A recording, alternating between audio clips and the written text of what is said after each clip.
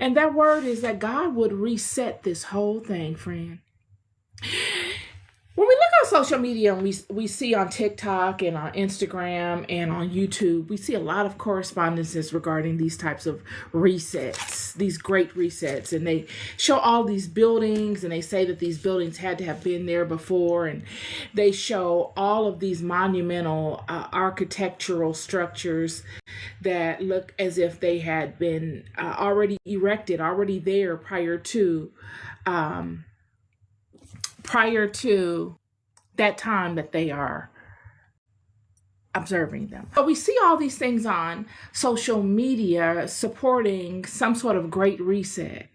Yet I want to talk to the reset that would happen as it related to this house. You see, last week I spoke to this situation of the scepter of power being taken from Israel and the children going into enslavement in Babylon, and how huge of a deal it is. I've always spoken to how big of a deal it was for the children to go into the bondage in Babylon in the way that they did, and how God would establish that. It was a very big deal. Everything shifted. You see, when the Bible conveys this shift, the Bible doesn't convey it in the monumental tone that it really rests in. You would have to understand the history of it to really get what is being conveyed. And that is what I'm going to give you today. You see, when the children of Israel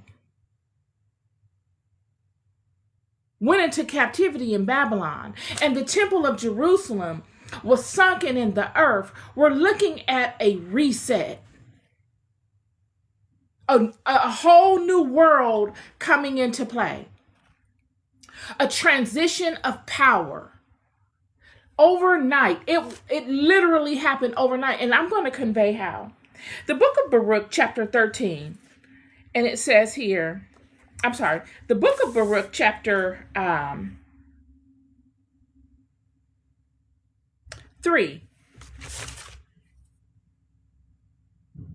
Verse 1, and I said, O Lord, my Lord, have I come into the world for this purpose, that I might see the calamities of my mother? This is the first sentence of chapter 3. O Lord, my Lord, have I come into the world for this purpose, that I might see the calamities of my mother? What mother is Baruch talking about? Eve, his physical mother? No. The earth.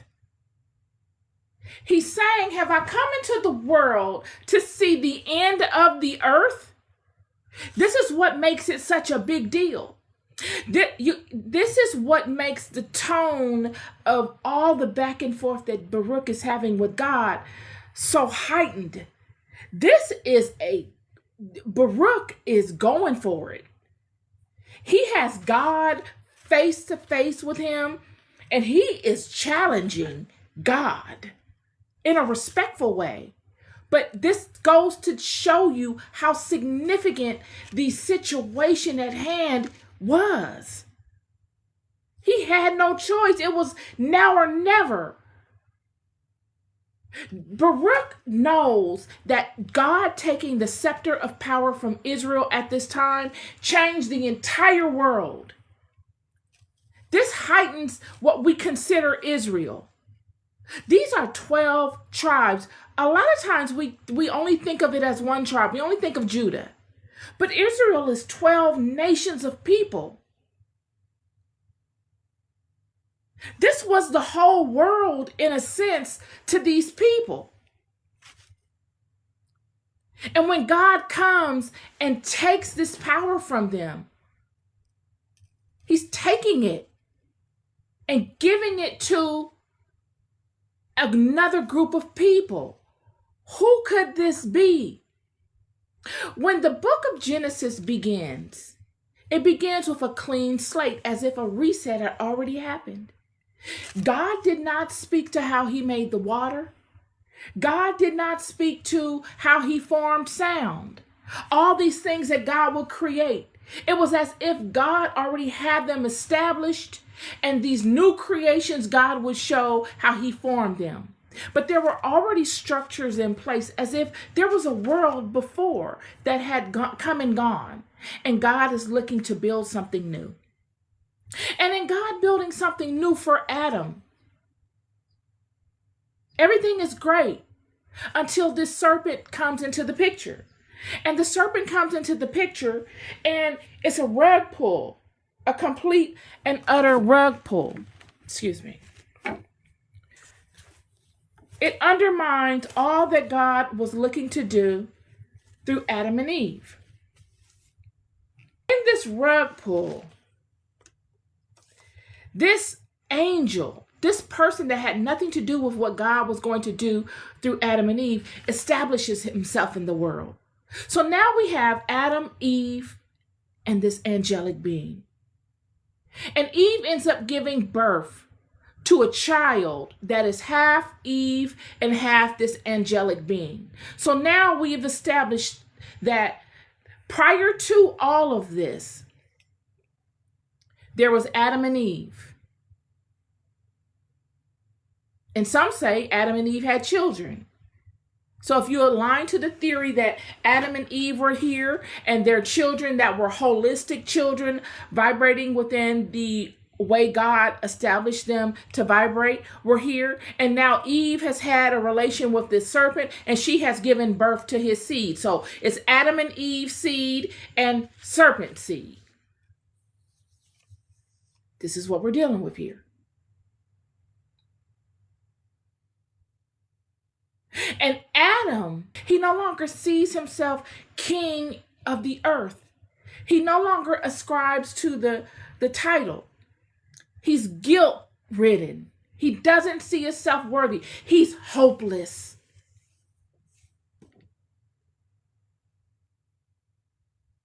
And God says, I'm going to punish you. Because you see yourself, you've sinned against me. I'm going to punish all of you. And to the serpent, because you so much, in so many words, you wanted to establish this level of hopelessness in Adam so that you can overtake him. I'm going to make you hopeless as well. You're going to be just as ridden with guilt as Adam is. Both of you, all of you will carry this burden. And what it will birth and what it will establish in you is a deep sense of hopelessness.